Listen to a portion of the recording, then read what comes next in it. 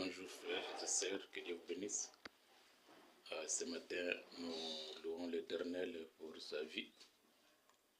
Il nous a donné la vie. C'est pourquoi nous les louons. Car personne ne pouvait en acheter.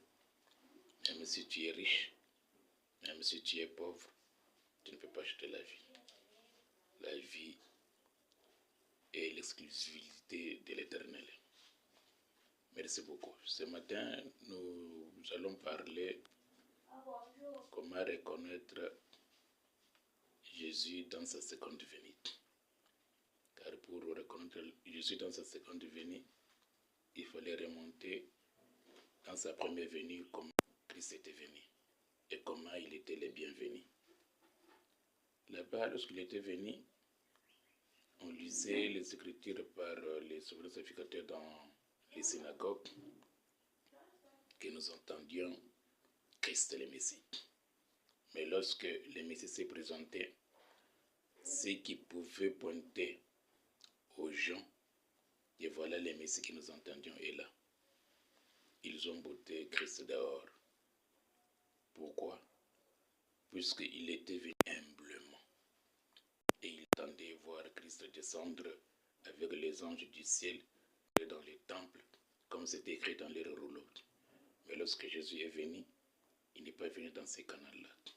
Il est venu à travers une vierge qui avait un mari charpentier, dont les maris même voulaient douter de cette grossesse.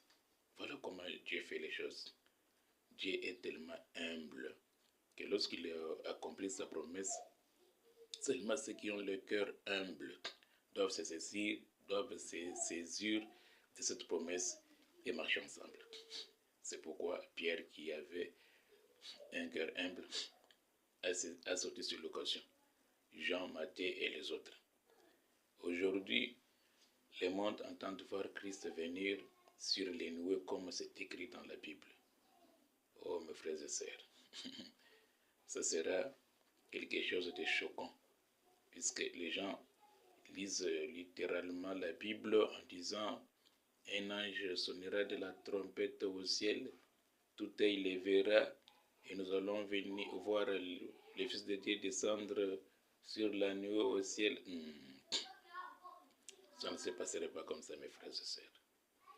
Il fallait avoir un cœur humble pour croire que le Messie qui devait venir ne viendra pas de cette manière-là. En tout cas, je vous bénis, en tout cas que Dieu vous bénisse.